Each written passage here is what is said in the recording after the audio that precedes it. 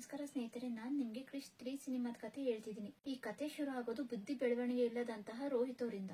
ರೋಹಿತ್ ಅವ್ರು ಎಷ್ಟೇ ದೊಡ್ಡವರಾಗ್ತಿದ್ರು ಕೂಡ ಅವ್ರ ಬುದ್ಧಿ ಮಾತ್ರ ಸಣ್ಣ ಮಕ್ಕಳು ತರನೇ ಇರುತ್ತೆ. ಜನಗಳು ಅವ್ರನ್ನ ರೇಗಿಸ್ತಾ ಹೊಡಿತಾ ತೊಂದರೆ ಕೊಡ್ತಿರ್ತಾರೆ. ಹೀಗೆ ಒಂದಿನ ರಾತ್ರಿ ಆಕಾಶದಿಂದ ಒಂದು UFO ಇಳಿಯುತ್ತೆ. ಅದರಿಂದ ಬಂದ ಜಾದು ಅನ್ನೋ ಜೀವಿ ಜೊತೆ ರೋಹಿತ್ಗೆ ಗೆಳ್ತನ ಆಗಿ ಆ ಜಾದು ತನ್ನಲ್ಲಿರೋ ಶಕ್ತಿನ ರೋಹಿತ್ ಕೊಟ್ಟು ಹೊರಟೋಗುತ್ತೆ. ಇದರಿಂದ ರೋಹಿತ್ ತುಂಬಾ ಬುದ್ಧಿವಂತರಾಗ್ತಾರೆ. ಆಗ ದೊಡ್ಡ ಸೈಂಟಿಸ್ಟ್ ಆದಂತ ಡಾಕ್ಟರ್ ಆರ್ಯ ಅನ್ನೋರು ರೋಹಿತ್ ಅವ್ರನ್ನ ಒಂದು ಕೆಲಸದ ಮೇಲೆ ವಿದೇಶಕ್ಕೆ ಕರ್ಸ್ಕೊಂತಾರೆ. ಸ್ವಲ್ಪ ದಿನದಲ್ಲೇ ರೋಹಿತ್ ಅವರಮ್ಮ ಸೋನಿಯಾ ಅವರು ತನ್ನ ಮಗ ಮತ್ತು ಸೊಸೆನ ಕಳ್ಕೊಂಡು ರೋಹಿತ್ ಮಗ ಕೃಷ್ಣನಲ್ಲೂ ರೋಹಿತ್ಗಿದ್ದಂತ ಶಕ್ತಿನ ಕಂಡು ಭಯ ಪಟ್ಟು ಕೃಷ್ಣನ ಕರ್ಕೊಂಡು ಜನರು ವಾಸ ಮಾಡದೇ ಇರುವಂತ ಜಾಗದಲ್ಲಿ ಇವ್ರು ವಾಸ ಮಾಡ್ತಿರ್ತಾರೆ. ಆದ್ರೆ ಕೆಲವು ವರ್ಷಗಳ ನಂತರ ಕೃಷ್ಣ ಪ್ರೀತಿಸ್ತಿದ್ದಂತ ಪ್ರಿಯಾನ ಹುಡ್ಕೊಂಡು ಸಿಂಗಾಪುರ್ಗೆ ಹೋಗ್ತಾರೆ. ಅಲ್ಲಿ ಒಂದು ಸರ್ಕಸ್ ನಲ್ಲಿ ನಡೆದ ಅಗ್ನಿ ದುರಂತದಲ್ಲಿ ಜನರನ್ನ ಕಾಪಾಡೋಕೋಸ್ಕರ ಕೃಷ್ಣ ಕ್ರಿಶ್ ಆಗ್ಬಿಡ್ತಾರೆ. ಆದ್ರೆ ಒಂದಿನ ಡಾಕ್ಟರ್ ಆರ್ಯ ಕೃಷ್ಣ ಅವರಪ್ಪ ರೋಹಿತ್ ಅವ್ರನ್ನ ಒಂದು ಲ್ಯಾಬ್ ನಲ್ಲಿ ಬಂದ್ಸಿಟ್ಟಿದ್ದಾರೆ ಅಂತ ಗೊತ್ತಾಗಿ ಕೃಷ್ಣ ಕ್ರಿಶ್ ಆಗಿ ಹೋಗಿ ಅವ್ರ ಅಪ್ಪನ ಕಾಪಾಡ್ಕೊಳ್ತಾರೆ. ಈಗ ಜನರನ್ನ ಕಾಪಾಡೋಕೋಸ್ಕರ ಸ್ನೇಹಿತರಾಗಿ ಕ್ರಿಶ್ ಸಿಕ್ಕಿದ್ದಾರೆ. ಈಗ ನಾನು ನಿಮ್ಗೆ ಮುಂದಿನ ಕಥೆಯಾದ ಕ್ರಿಶ್ 3 ಸಿನಿಮಾದ ಕತೆ ಹೇಳ್ತಿದ್ದೀನಿ. ಈ ಸಿನಿಮಾದಲ್ಲಿ ಮೊದಲಿಗೆ ಕಾಲ್ ಅನ್ನೋ ವ್ಯಕ್ತಿ ತನ್ನ ರಕ್ತದಿಂದ ವೈರಸ್ ನ ತಯಾರಿಸಿರ್ತಾರೆ. ಈ ಕಡೆ ರೋಹಿತ್ ಅವರು ಅವ್ರ ಮನೇಲಿದ್ದಂತ ಲ್ಯಾಬ್ ನಲ್ಲಿ ಕೃಷ್ಣ ಮತ್ತು ಪ್ರಿಯಾನ ಕರ್ಕೊಂಡ್ ಬಂದು ಒಂದು ಪೆನ್ ತರ ಇರೋ ವಸ್ತುವಿನಿಂದ ಸೂರ್ಯನ ಕಿರಣದಿಂದ ಸಿಗೋ ಶಕ್ತಿ ಬಗ್ಗೆ ಪ್ರಯೋಗ ಮಾಡ್ತಿರ್ತಾರೆ. ಆ ಸೂರ್ಯನ ಕಿರಣದಿಂದ ಬರೋ ಶಕ್ತಿ ಹೆಚ್ಚಾಗಿದ್ರಿಂದ ಆ ಪ್ರಯೋಗ ಹಾಳಾಗುತ್ತೆ. ಆಗ ರೋಹಿತ್ ಅವರು ಇದಕ್ಕೇನಾದ್ರೂ ಪರಿಹಾರ ಕಂಡುಹಿಡಿತೀನಿ ಅಂತ ಕೃಷ್ಣ ಮತ್ತು ಪ್ರಿಯಾನ ಅಲ್ಲಿಂದ ಕಳಿಸ್ತಾರೆ. ನಂತರ ಎಲ್ಲರೂ ಅವ್ರವ್ರ ಕೆಲ್ಸಕ್ಕೆ ಹೋಗ್ಬೇಕಾದ್ರೆ ಕೃಷ್ಣ ನಾನು ಇವಾಗ ಮೊದಲು ಮಾಡ್ತಿದ್ ಕಡೆ ಕೆಲಸ ಮಾಡ್ತಿಲ್ಲ, ಬೇರೆ ಕಡೆ ಕೆಲಸ ಮಾಡ್ತಿದ್ದೀನಿ ಅಂತ ಅಲ್ಲಿಗೆ ಪ್ರಿಯನ್ ಹತ್ರ ಡ್ರಾಪ್ ಮಾಡಿಸ್ಕೊಳ್ತಾರೆ. ಕೃಷ್ಣನ್ಗೆ ಅವಾಗವಾಗ ಯಾಕೆ ಕೆಲಸ ಹೋಗ್ತಿರುತ್ತೆ ಅಂದ್ರೆ ಕಷ್ಟದಲ್ಲಿದ್ದಂತ ಜನರನ್ನ ಕಾಪಾಡೋಕೋಸ್ಕರ ಕೃಷ್ಣ ಕೆಲಸನ ಮಧ್ಯದಲ್ಲೇ ಬಿಟ್ಟು ಕೃಷ್ಣಾಗ ಹೋಗಿ ಜನರನ್ನ ಕಾಪಾಡ್ತಿರ್ತಾರೆ. ಅದಕ್ಕೆ ಕೃಷ್ಣ ಅವರು ಆಗಾಗ ಅವ್ರ ಕೆಲಸನ ಕಳ್ಕೊಳ್ತಿರ್ತಾರೆ. ನಂತರ ಪ್ರಿಯಾ ರೋಹಿತ್ ಅವ್ರನ್ನ ಅವ್ರ ಕೆಲಸ ಮಾಡ್ತಿದ್ದಂತ ಲ್ಯಾಬ್ ಡ್ರಾಪ್ ಮಾಡಿ ಪ್ರಿಯಾ ತನ್ನ ನ್ಯೂಸ್ ಚಾನೆಲ್ ಕೆಲಸಕ್ಕೆ ಹೋಗ್ತಾರೆ. ಇನ್ನೊಂದ್ ಕಡೆ ನಮಿಬಿಯಾ ಜನರಿಗೆ ವೈರಸ್ ಅಟ್ಯಾಕ್ ಆಗಿದೆ ಅಂತ ಟಿವಿಲ್ ಬರ್ತಿರುತ್ತೆ. ಅದನ್ನ ನೋಡ್ತಿದ್ದಂತ ರೋಹಿತ್ ಅವ್ರಿಗೆ ಡಾಕ್ಟರ್ ಶೆಟ್ಟಿ ಅವ್ರು ಫೋನ್ ಮಾಡಿ ಆ ವೈರಸ್ ಬಗ್ಗೆ ಎಲ್ಲಾ ಹೇಳಿ ಪ್ರಪಂಚದಾದ್ಯಂತ ಆ ಬ್ಲಡ್ ಸ್ಯಾಂಪಲ್ ಕಳಿಸಿದೀವಿ, ಅದು ನಿಮಗೆ ಸಿಕ್ಕದ ಮೇಲೆ ಆ ವೈರಸ್ ಯಾವ್ದು ಅಂತ ತಿಳ್ಕೊಂಡು ಅದಕ್ಕೆ ಮೆಡಿಸಿನ್ ಕಂಡಿಡೀರಿ, ನಾನ್ ನಿಮ್ ಮೇಲೆ ನಂಬಿಕೆ ಇಟ್ಟಿದ್ದೀನಿ ಅಂತಾರೆ. ಆಗ ರೋಹಿತ್ ಅವರು ನನ್ನ ಕೈಲಾದ ಪ್ರಯತ್ನ ನಾನು ಮಾಡ್ತೀನಿ ಅಂತಾರೆ. ಡಾಕ್ಟರ್ ಶೆಟ್ಟಿ ಅವ್ರಿಗೆ ಒಬ್ಬ ವ್ಯಕ್ತಿ ಫೋನ್ ಮಾಡಿ ಆ ವೈರಸ್ ಬಗ್ಗೆ ನಂಗೆಲ್ಲಾ ಗೊತ್ತು, ನಾನ್ ನಿಮ್ ಆಫೀಸ್ ಬಂದು ಎಲ್ಲ ಹೇಳ್ತೀನಿ ಅಂತಾರೆ. ಡಾಕ್ಟರ್ ಶೆಟ್ಟಿ ಆಫೀಸಿಗೆ ಬಂದು ಅಷ್ಟರಲ್ಲಾಗ್ಲೇ ಅಲ್ಲಿದ್ದಂತ ಕಾಯನ ನೋಡಿ ಯಾರು ನೀನು ಇಲ್ಲಿಂದ ಹೊರಟೋಗು ಅಂತಾರೆ. ಆಗ ಕಾಯ ಡಾಕ್ಟರ್ ಶೆಟ್ಟಿ ರೂಪಕ್ಕೆ ಬದಲಾಗ್ತಾಳೆ. ಅದನ್ನ ನೋಡಿದ ಡಾಕ್ಟರ್ ಶೆಟ್ಟಿ ಪ್ರಜ್ಞೆ ತಪ್ಪಿ ಬಿದ್ದೋಗ್ತಾರೆ. ಅಷ್ಟರಲ್ಲೇ ಡಾಕ್ಟರ್ ಶೆಟ್ಟಿಗೆ ಫೋನ್ ಮಾಡಿದಂತ ವ್ಯಕ್ತಿ ಬಂದು ಆ ವೈರಸ್ ಬಗ್ಗೆ ಎಲ್ಲಾ ವಿಷಯನೂ ತಿಳಿಸಿ ಇದಕ್ಕೆಲ್ಲ ಕಾರಣ ಕಾಲ್ ಅಂತ ಹೇಳಿ ಒಂದು ಪೆನ್ ಡ್ರೈವ್ ನ ಕೊಡ್ತಾನೆ. ಆಗ ಆ ವ್ಯಕ್ತಿ ಗೊತ್ತಾಗುತ್ತೆ ಇವ್ರು ಡಾಕ್ಟರ್ ಶೆಟ್ಟಿ ಅಲ್ಲ, ಕಾಲ್ ಕಡೆಯೊಳಾದ ಕಾಯ ಅಂತ. ಆಗ ಕಾಯ ನೀನ್ ತುಂಬಾ ದೊಡ್ಡ ತಪ್ಪು ಮಾಡಿದೆ ಅಂತ ಆ ವ್ಯಕ್ತಿನ ಸಾಯಿಸಿ ಗ್ಲಾಸ್ ಇಂದ ಹಾಗೆ ಹೊರಗ್ ಬರ್ತಾಳೆ. ಕಾಲ್ ತುಂಬಾ ಬುದ್ಧಿವಂತ, ಅವನು ತುಂಬಾ ವರ್ಷಗಳಿಂದ ವಿಜ್ಞಾನಗಳ ಬಗ್ಗೆ ಪ್ರಯೋಗ ಮಾಡ್ತಿರ್ತಾನೆ. ಕಾಲ್ಗೆ ತಲೆಭಾಗ ಮತ್ತು ಕೈಗಳ 2 ಬೆರಳುಗಳು ಬಿಟ್ಟು ಬೇರೆ ಯಾವ ಭಾಗನೂ ಕೆಲಸ ಮಾಡ್ತಿರಲ್ಲ. ಆದ್ರೆ ಕಾಲ್ಗೆ ತನ್ನ ಮೆದ್ಲಲ್ಲಿರೋ ಶಕ್ತಿನೆಲ್ಲ ಕೈಗಳ 2 ಬೆರಳುಗೆ ತರಿಸ್ಕೊಂಡು ಏನ್ ಬೇಕಾದ್ರೂ ಮಾಡೋ ಶಕ್ತಿ ಇರುತ್ತೆ. ಆದ್ರೆ ಕಾಲ್ ತನ್ನ ದೇಹದಲ್ಲಿರೋ ಎಲ್ಲಾ ಭಾಗಗಳು ಕೆಲಸ ಮಾಡೋ ಹಾಗೆ ಮಾಡೋಕೆ ಬೋನ್ ಮ್ಯಾರನ ಹುಡುಕ್ತಿರ್ತಾನೆ. ಅವ್ನ್ DNA ಬೇರೆ ಆಗಿರೋದ್ರಿಂದ ಯಾವ ಮನುಷ್ಯ ಬೋನ್ ಮ್ಯಾರನು ಅವ್ನಿಗೆ ಮ್ಯಾಚ್ ಆಗ್ತಿರಲ್ಲ. ಆಗ ಕಾಲ್ ಪ್ರಾಣಿಗಳ ರಕ್ತ ಮತ್ತೆ DNA ಜೊತೆಗೆ ತನ್ನ ರಕ್ತ ಮತ್ತೆ DNA ನ ಸೇರಿಸಿ ಟೆಸ್ಟ್ ಟ್ಯೂಬ್ ಬೇಬಿ ತರ ಮಾನ್ವರ್ನ ತಯಾರಿಸ್ತಾನೆ. ಆದ್ರೆ ಅವ್ರ ಆತ್ಮ ಕಾಲ್ದು, ಅವ್ರ ಮನುಷ್ಯ ತರ ಕಾಣಿಸಿದ್ರು ಅವರಲ್ಲಿರೋ ಶಕ್ತಿ ಮಾತ್ರ ಪ್ರಾಣಿಗಳದಾಗಿರುತ್ತೆ. ಈ ತರ ತಯಾರಾದಂತ ಮಾನ್ವರ್ಗಳಲ್ಲಿ ಕಾಯ ಕೂಡ ಒಬ್ಳು. ಆದ್ರೆ ಕಾಲ್ಗೆ ಬೇಕಾದಂತ ಬೋನ್ ಮ್ಯಾರ ಅವ್ನು ತಯಾರಿಸಿದಂತ ಮಾನ್ವರ್ಗಳಲ್ಲಿ ಸಿಗಲ್ಲ.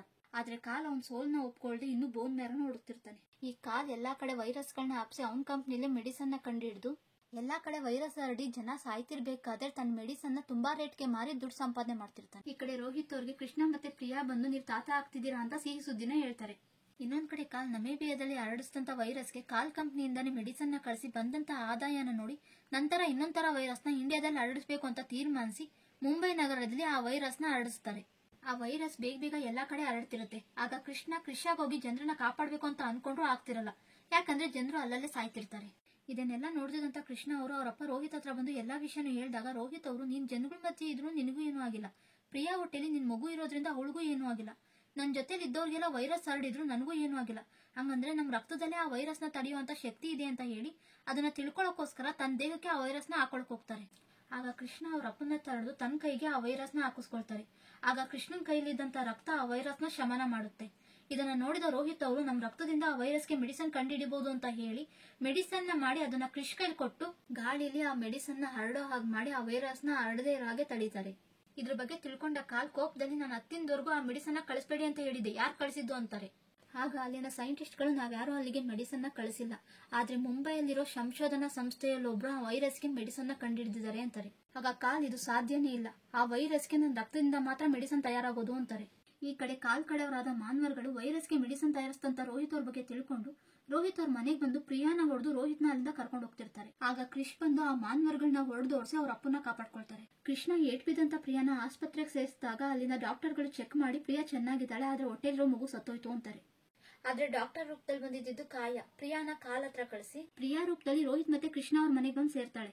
ಯಾಕಂದ್ರೆ ರೋಹಿತ್ ಅವರು ಆ ಮೆಡಿಸನ್ ನ ಹೇಗ್ ತಯಾರು ಮಾಡಿದ್ರು ಅಂತ ತಿಳ್ಕೊಳಕೋಸ್ಕರ. ಇನ್ನೊಂದ್ ಕಡೆ ಕಾಲ್ ಪ್ರಿಯಾ ಹೊಟ್ಟೆಲಿದ್ದಂತ ಮಗುನ ತನ್ನ ಪ್ರಯೋಗಕ್ಕೆ ಉಪಯೋಗಿಸ್ಕೊಳ್ಬೇಕು ಅನ್ಕೊಂತಾನೆ. ಆಗ ಅಲ್ಲಿನ ಡಾಕ್ಟರ್ ಈಗ್ಲೇ ಮಗುನ ಪ್ರಯೋಗಕ್ಕೆ ಉಪಯೋಗಿಸ್ಕೊಳಕ್ ಆಗಲ್ಲ, ಇನ್ನೊಂದ್ ವಾರ ಆದ್ಮೇಲೆ ನಿಮ್ ಪ್ರಯೋಗಕ್ಕೆ ಆ ಮಗುನ ಉಪಯೋಗಿಸ್ಕೊಳ್ಬಹುದು ಅಂತಾರೆ.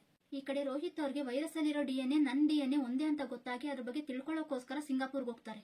ಆಗ ಅಲ್ಲಿ ರೋಹಿತ್ ಅವ್ರಿಗೆ ಡಾಕ್ಟರ್ ಆರ್ಯ ತನ್ನ ರಕ್ತ ಮತ್ತು DNA ನ ಉಪಯೋಗಿಸಿ ತುಂಬಾ ಬುದ್ಧಿವಂತಿಕೆ ಇರುವಂತಹ ಒಂದು ಟೆಸ್ಟ್ ಟ್ಯೂಬ್ ಬೇಬಿನ ತಯಾರಿಸಿರ್ತಾರೆ. ಆದ್ರೆ ಡಾಕ್ಟರ್ ಆರ್ಯಂಗ್ ಬೇಕಾದಂಗೆ ಆ ಮಗು ಹುಟ್ಟಿರಲ್ಲ ಅಂತಾನು ಗೊತ್ತಾಗುತ್ತೆ. ಈ ಕಡೆ ಕೃಷ್ಣ ಅವ್ರಿಗೆ ತನ್ನ ಮನೇಲಿರೋದು ಪ್ರಿಯಾ ಅಲ್ಲ ಅಂತ ಗೊತ್ತಾಗಿ ಕೃಷ್ಣಾಗ್ ಮನೆಗ್ ಬಂದು ಪ್ರಿಯಾ ರೂಪದಲ್ಲಿ ಇದ್ದಂತ ಕಾಯನ ಹೊಡೆದು ಎಲ್ಲಾ ವಿಷಯ ತಿಳ್ಕೊಂಡು ಪ್ರಿಯಾನ ಹುಡ್ಕೊಂಡು ಕಾಲ್ ಹತ್ರ ಬರ್ತಿರ್ತಾರೆ. ಆದ್ರೆ ಅಷ್ಟರಲ್ಲೇ ಕಾಲ್ ರೋಹಿತ್ ಅವ್ರನ್ನ ಕಿಡ್ನಾಪ್ ಮಾಡಿ ನೀವು ಸಿಂಗಾಪುರ್ಗೆ ಹೋಗಿ ಏನ್ ತಿಳ್ಕೊಂಡ್ರಿ ಅಂತ ಕೇಳ್ತಾನೆ. ಆಗ ರೋಹಿತ್ ತನ್ನ ರಕ್ತದಿಂದ ಡಾಕ್ಟರ್ ಆರ್ಯ ಮಾಡಿದ ಪ್ರಯೋಗದಿಂದ ಹುಟ್ಟಂತ ಮಗು ಬಗ್ಗೆ ಎಲ್ಲಾ ವಿಷಯನೂ ತಿಳ್ಕೊಂಡೆ ಅಂತ ಹೇಳ್ತಾರೆ.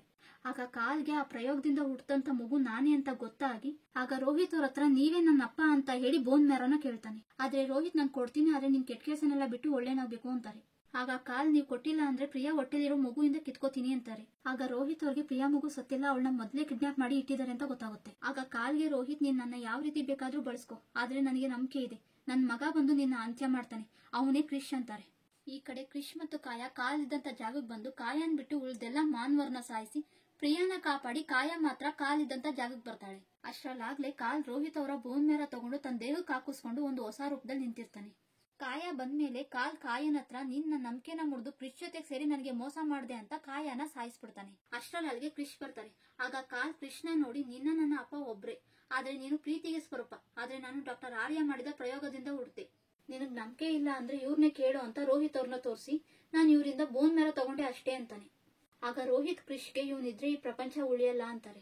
ಆಗ ಕಾಲ್ ಅಪ್ಪ ನೀವು ಒಬ್ಬ ಮಗನ ಹತ್ರ ಇನ್ನೊಬ್ಬ ಮಗನ ಸಾಯಿಸು ಅಂತಿದ್ದೀರಾ, ಸರಿ ನಿಮ್ ಆಸೆನ ನಾನ್ ಈಡೇರಿಸ್ತೀನಿ ಅಂತ ಕಾಲ್ ಮತ್ತು ಕ್ರಿಶ್ ಹೊಡೆದಾಡಕ್ ಶುರು ಮಾಡಿ ಕಾಲ್ ತನ್ನ ಶಕ್ತಿಯಿಂದ ಕ್ರಿಶ್ಗೆ ಚೆನ್ನಾಗಿ ಹೊಡೆದು ನನ್ ಗೆಲುವು ನಿನ್ನ ಮತ್ತು ನಿನ್ ಮಗುವಿನ ಅಂತ್ಯದಿಂದ ಅಂತ ಕೃಷ್ಣ ಸಾಯಿಸಿ ಕಾಲ್ ರೋಹಿತ್ ಅವ್ರ ಹತ್ರ ಬಂದು ನೋಡಿ ಅಪ್ಪ ನಿಮ್ ಆಸೆನ ನಾನ್ ಈಡೇರಿಸ್ಬಿಟ್ಟೆ, ನಿಮ್ಮನ್ ಸಾಯಿಸೋ ಅವಶ್ಯಕತೆ ಇಲ್ಲ, ಸತ್ತಿರೋ ನಿಮ್ ಮಗನ್ ನೋಡಿ ನೀವೇ ಸಾಯ್ತೀರಾ ಅಂತ ರೋಹಿತ್ ಅವ್ರನ್ನ ಕ್ರಿಶ್ ಹತ್ರ ತಳ್ಳಿ ಕ್ರಿಶ್ ಮಗುನ ಸಾಯಿಸೋಕೆ ಪ್ರಿಯಾನ ಹುಡ್ಕೊಂಡು ಮುಂಬೈ ಬರ್ತಾರೆ. ಆಗ ಕಾಲ್ ಇದ್ದಂತ ಜಾಗಕ್ಕೆ ನ್ಯೂಸ್ ರಿಪೋರ್ಟರ್ ಮತ್ತೆ ಪೊಲೀಸರು ಬರ್ತಾರೆ.